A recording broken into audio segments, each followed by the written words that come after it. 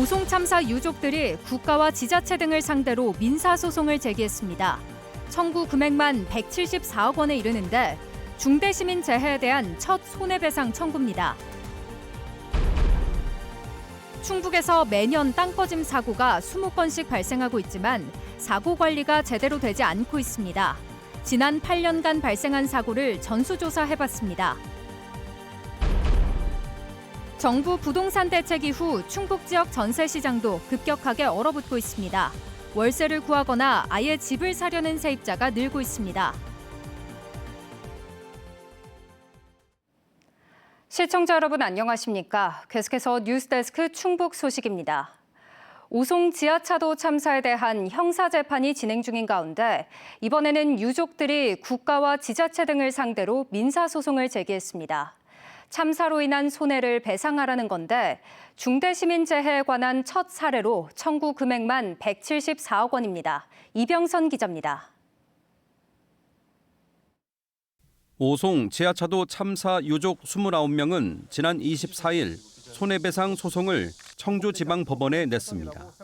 소송 상대는 국가와 충청북도, 청주시, 건설, 감리, 토목업체, 중대재해처벌법 위반으로 기소된 이범석 청주시장입니다.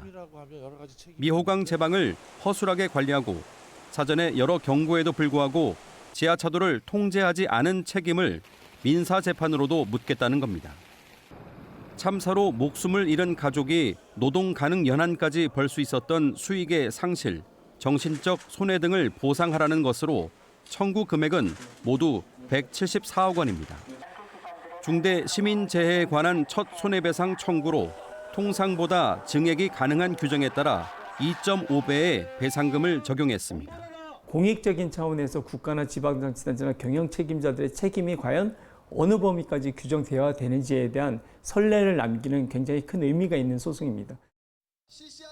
또 형사재판 피고인 대부분이 혐의를 부인하고 있는 터라 민사소송으로도 명확히 규명해보자는 뜻이 담겼습니다. 계속해서 답보 상태고 언제 끝날지도 모르는 상황이다 보니 저희 민사소송을 통해서 그나마도 민사소송 결과가 좀 형사소송에 좀 어느 정도 영향을 미치지 않을까. 현재 형사재판을 받고 있는 피고인은 이범석 청주시장과 이상래 전 행복청장, 충북도와 청주시 공무원, 경찰 등 모두 45명. 하지만 국회는 최근 국정조사를 진행하고 당초 검찰 수사가 부실했다며 김영환 충북지사 등을 재수사할 것을 요구하는 보고서를 의결했습니다.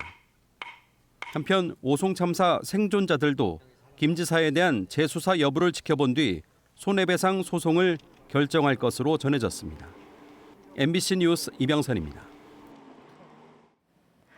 충청북도가 오송 참사 추모조 형물 예산을 다시 세워 도의회 통과 여부가 주목됩니다. 충청북도는 제3회 추경 예산안에 오송 참사 추모조 형물 설치비 5천만 원을 반영해 도의회에 제출했습니다. 이에 따라 2회 추경 때 전액 삭감했던 도의회가 다음 달 정례회에서 다시 심의하게 됐습니다. 이에 대해 도의회 내에서는 보완 없이 승인하는 건 불가하다는 의견과 갈등이 지속되는 건 바람직하지 않다는 의견이 엇갈리는 것으로 전해졌습니다. 내일로 예정된 신평창, 신원주 구간 송전선로 경과지 선정이 미뤄졌습니다. 한국전력은 내일 횡성에서 열기로 한 입지선정위원회를 연기하고 노선 발표도 보류했습니다. 한전은 경기 용인 반도체 클러스터 전기 공급을 위해 평창에서 원주 78km 구간에 345kV급 송전선로를 구축할 계획인데 제천 지역 16개 마을이 이 구간에 포함되면서 주민 반발이 커지고 있습니다. 충주의 한 택지 개발 지구에서 땅꺼짐 사고가 지난 2년간 7번이나 났다는 소식 전해드렸죠. 충북 11개 시군의 땅꺼짐 사고를 전수조사해보니 1년에 20번꼴로 비슷한 사고가 발생하고 있었습니다. 하지만 사고 관리가 제대로 되지 않고 있어 더 큰 사고가 나지는 않을까 걱정입니다. 전유정 기자의 보도입니다. 차단벽이 늘어선 도로 밑에서 새 하수관로를 설치하는 공사가 한창입니다. 지난 8월 가로 세로 1.5m, 깊이 1.8m 땅꺼짐이 발생해 20대 행인이 다친 구간입니다. 반경 50m 이내에서만 2년 사이 7번이나 땅꺼짐 사고가 발생했는데 충주시가 뒤늦게 대책 마련에 나선 겁니다. 기회가 될 때마다 이거 전체적으로 좀 보수가 필요하다라고 이제 어필은 했었죠. 근데 아무래도 뭐 예산 때문에 집행이 안 된 것 같은 생각이 드는데, 그래서 이게 어느 정도는 좀 예견된 사고가 아닌가 싶습니다. 이 인근에서 땅꺼짐 사고가 반복된 건 30년이 넘은 노후하수관의 부식이 원인이었는데요. 지금은 같은 노후하수관이 매설된 전체 1.1km 구간에 새로운 하수관을 신설하는 작업이 이뤄지고 있습니다. 충북에서는 얼마나 많은 땅꺼짐 사고가 발생할까? 11개 시군의 지난 8년간 자료와 언론 보도 등을 분석해보니 모두 159건, 1년에 20건꼴로 발생하고 있었습니다. 관련법에 따라 땅꺼짐이 발생하면 해당 시군이 지하 안전정보 시스템에 의무적으로 기입해야 하는데 이 가운데 26%인 42건은 등록돼 있지 않았습니다. 특히 괴산군은 모두 시스템에 등록하지 않았고 진천군은 80%, 충주시는 68%를 누락했습니다. 이렇게 사고를 등록하지 않으면 필요할 때 안전조치를 하지 못하는 것은 물론 사고 원인 분석과 복구 작업 같은 종합적인 안전관리가 어려워집니다. 제가 그 내용을 자세히는 몰랐었던 것 같아요. 너무 미숙한 부분이 있었고 확인을 해보니까 소급해서 작성이 가능하다고 하셔가지고 예전 자료 활용해서 작성을 좀 해보도록. 땅꺼짐 발생 건수는 청주시가 95건으로 가장 많았고 충주시 16건, 제천시 15건으로 뒤를 이어 인구가 많은 시 지역 도심에 집중됐습니다. 이 중 인명피해 위험이 높은 깊이 2m 이상의 땅꺼짐은 43건으로 전체의 27%를 차지했습니다. 땅꺼짐 발생 원인으로는 하수관 손상이 73%로 가장 많았는데 언제 어디에 하수관을 묻었는지 정확하게 파악하지 못하는 사례도 적지 않았습니다. 대부분 30년 전 것들은 데이터가 없어요. 옛날에 공사할 때는 다 수기로 이렇게 해가지고 90년도까지만 있긴 있던데 70년대, 80년대 이렇게 깔았던 거 그런 거 데이터가 없는 것 같더라고요. 정부는 최근 땅꺼짐을 사회재난 유형에 포함했습니다. 피해 보상 근거를 만들고 관리 주체와 체계를 명확하게 하겠다는 겁니다. 반복되는 피해를 막으려면 지자체가 위험 지역을 탐지해 공개하고 정기적으로 점검하는 등 후속 대책이 시급해 보입니다. MBC 뉴스 전유정입니다. 검찰이 학교에서 흉기 난동을 벌인 고등학생에 대해 중형을 구형했습니다. 오늘 청주지법에서 형사합의 22부 심리로 열린 결심 공판에서 검찰은 살인미수와 특수상해 등의 혐의로 구속 기소된 17살 고등학생에게 징역 장기 8년, 단기 6년을 선고해달라고 재판부에 요청했습니다. 학생 측 변호인은 최후 변론에서 피고인이 특수학급에서 일반학급으로 전환돼 심적 고통이 쌓여 범행을 저질렀다며 엄벌보다는 치료의 기회를 주는 게 바람직하다고 선처를 호소했습니다. 이 학생은 지난 4월 청주의 한 고등학교에서 교사와 행인 등 6명에게 흉기를 휘두르거나 폭력을 행사해 다치게 했습니다. 경찰이 에이펙 정상회의를 앞두고 사제 총기를 제작한 대학원생을 수사하고 있습니다. 충북경찰청은 외국에서 신고 없이 들여온 부품으로 소총과 권총 형태의 사제 총기를 제작한 공과대학 대학원생을 수사 중입니다. 이번 수사는 지난달 관세청이 통관 절차에서 총기 부품을 발견해 경찰에 수사를 의뢰하면서 시작됐습니다.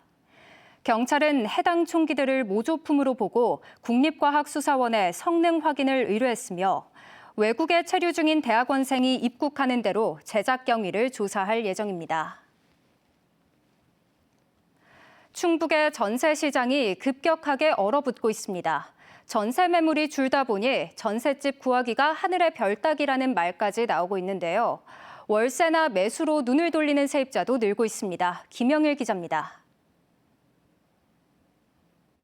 980세대 규모의 아파트 단지입니다. 지난달만 해도 6건의 전세 계약이 이뤄졌지만 지난 18일 이후로 매물이 아예 사라졌습니다. 인근의 또 다른 아파트 단지 역시 전세 매물은 단 2건. 전셋집이 귀해지면서 월세로 눈을 돌리는 수요자도 늘고 있습니다. 전세 수요는 많이 있는데 지금 전세 물량이 없어요. 그래서 전세 물량이 없으니까 월세로 돌리는 사람도 있고. 정부의 갭투자 규제와 안정적인 월세 수입을 선호하는 집주인이 늘면서 전세 매물이 줄고 있는 겁니다. 여기에 전세 사기를 막기 위한 각종 대책과 맞물려 전세난은 더욱 가중되고 있습니다.